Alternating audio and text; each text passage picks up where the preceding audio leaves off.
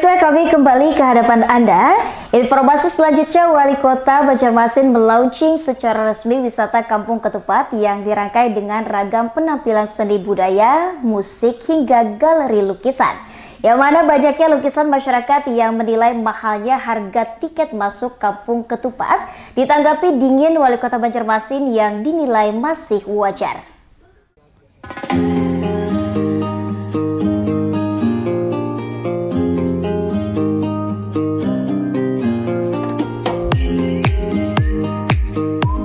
Wali Kota Banjarmasin Ibnu Sina membuka kegiatan Art Exhibition Ketupat Budaya Banjar sekaligus melaunching secara resmi wisata Kampung Ketupat di Kelurahan Sungai Baru Banjarmasin Sabtu malam. Wisata Kampung Ketupat merupakan hasil kolaborasi Pemko Banjarmasin dengan investor dalam rangka pemanfaatan aset Pemda agar dapat dikelola dengan lebih optimal dan maksimal dalam aspek penataan kawasan. Menurutnya kawasan ini dapat menjadi pilihan alternatif baru bagi wisatawan yang akan berkunjung. Selain itu juga diharapkan dapat meningkatkan pendapatan asli daerah Kota Banjarmasin.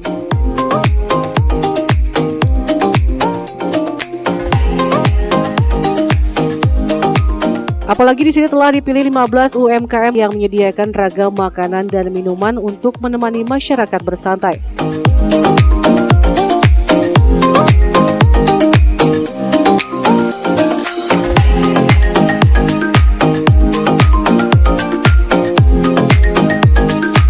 Ini juga merupakan satu dari 20 program prioritas visi misi Banjarmasin Beiman yang dapat diselesaikan dan memberikan keuntungan bagi Pemko dengan kerjasama ini. Sama pemanfaatan lahan aset ya. Di situ kan memang ada kontribusi tahunan, kemudian juga ada kontribusi dalam bentuk pendapatan asli daerah. Kalau kontribusi tahunan itu yang 100 juta setahun, tapi kalau untuk keuntungan kan ada hitung-hitungan nanti di pajaknya, kemudian juga sama seperti kita dengan Mitra Plaza kemarin ya, ada kontribusi tahunan. Ya bisa bandingkan aja, kalau kontribusi tahunan Mitra Plaza itu kan 300 juta. Dengan luasan areal segini 100 juta itu masih layak nanti, masih layak.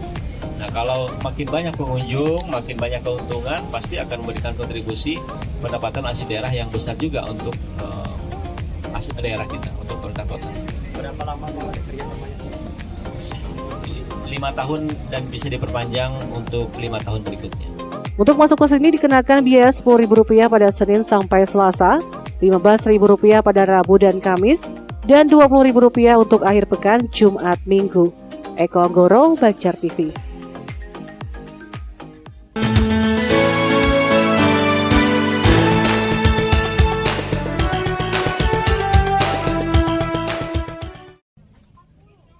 Untuk menikmati wisata Kampung Ketupat, masyarakat harus merogoh kocek Rp10.000 pada Senin sampai Selasa, Rp15.000 pada Rabu, Kamis, dan Rp20.000 untuk akhir pekan Jumat Minggu, yang bisa ditukar dengan 1 botol air mineral. Hal ini dinilai memberatkan jika harus membawa keluarga 4-5 orang, hingga harus mengeluarkan uang ratusan ribu rupiah untuk bersantai di akhir pekan. Meski begitu, HTM itu tidak akan mengalami perubahan karena pengelola sudah mendapat restu dari pemerintah Kota Banjarmasin. Wali Kota Banjarmasin menilai wajar jika terdapat lokasi wisata yang berbayar, karena hal itu juga telah diakomodir dalam sebuah peraturan daerah dan saling menguntungkan bagi semua pihak.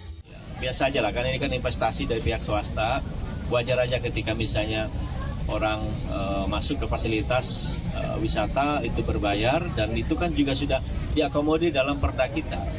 Kawasan wisata yang berbayar kan selama ini belum ada, tapi ini karena memang dikelola oleh swasta sehingga kemudian wajar kemudian ada tiket masuk, dan itu pun ya mudah-mudahan tidak memberatkan.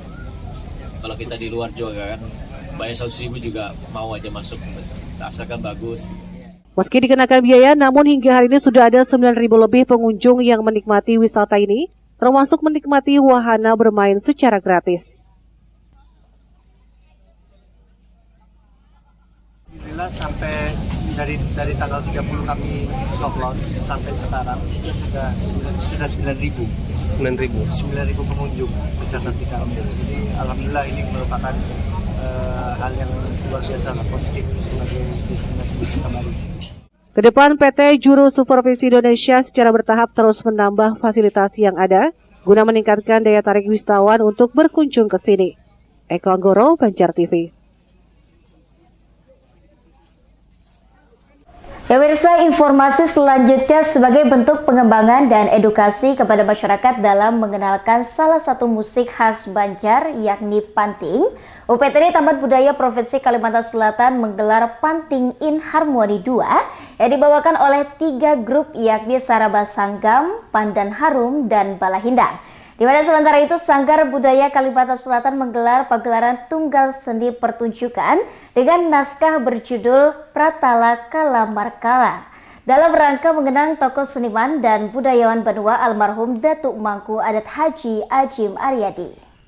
Panting in Harmony 2 sukses dipergelarkan UPTD Taman Budaya Provinsi Kalimantan Selatan dalam rangkaian program Ragam Pesona Budaya Banjar tahun 2023. Berlangsung di panggung terbuka Bakhtiar Sanderta, Jalan Brigjen Haji Hasan Basri, Banjarmasin, Jumat 14 Juli 2023.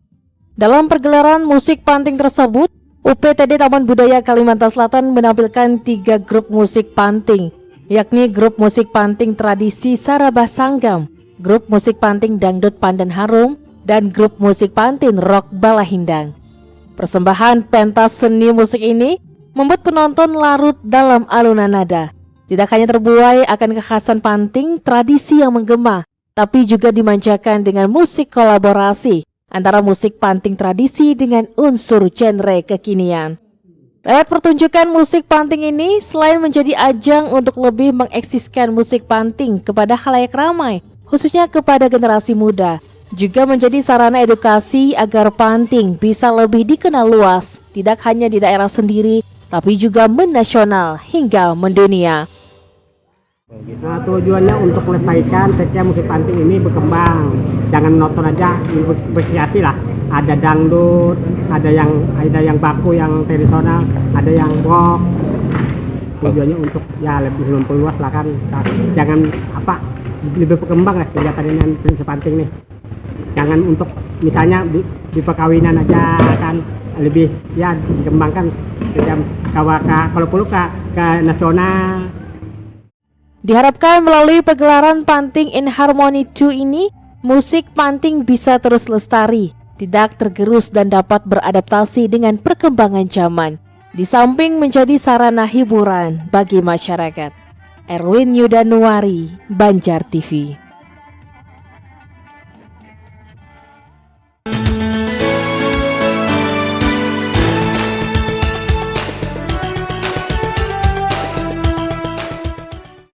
Pratala Kalamarkara merupakan cerita tentang perjalanan Abhimanyu, seorang putra dari Arjuna dan Subhadra, dalam Wiracarita Bharatayuda dari kisah Mahabharata versi Banjar yang ditakuti banyak pasukan Kurawa karena keberaniannya di medan perang dengan kemampuan memanah dan menggunakan pedang hingga berhasil menghabisi ribuan pasukan Kurawa. Meski begitu, umur Abhimanyu dikisahkan tidak panjang dan gugur karena dikeroyok oleh para Kurawa dan terkena panah di bagian punggungnya. Kisah ini dibawakan secara epik dalam pagelaran tunggal seni pertunjukan oleh Sanggar Budaya Kalimantan Selatan di panggung Bakhtiar Sanderta, Taman Budaya Kalimantan Selatan di kawasan Jalan Brigjen Haji Hasan Basri, Banjarmasin belum lama tadi. Menurut sutradara Andi, pagelaran Pratala Kalamarkara merupakan pentas dalam rangka mengenang tokoh seniman dan budayawan Banua, almarhum Haji Ajim Aryadi, dan kisah ini merupakan salah satu karangan almarhum yang tidak pernah dipergelarkan kembali selama hampir 22 tahun.